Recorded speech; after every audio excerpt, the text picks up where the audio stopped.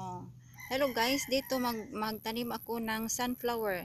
Oh, itong sunflower, libre to sa pagbili ko ng seeds ng upo at saka pitsay. Kaya itanim ko dito.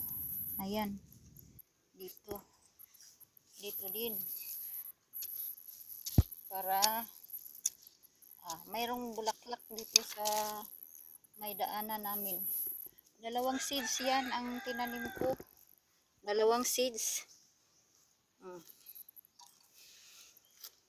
Dalawang seeds kada puno.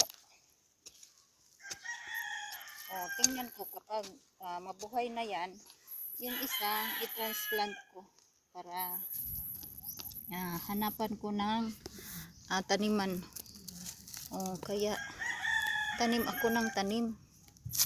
Parang yung seeds na nandyan sa akin ay matanim lahat at mabuhay. Ayan, dito na naman tanim na naman dito. Dalawa. Ayan. Maganda yan ang tubo nito. Dito din sa gilid ng kamunggay at saka tanglad. Dito tanim ko dito para maganda ang ang daanan namin. Merong bulaklak. Ayan. Ayan guys. Maganda yan. Merong bulaklak na tanim. Maganda din yan.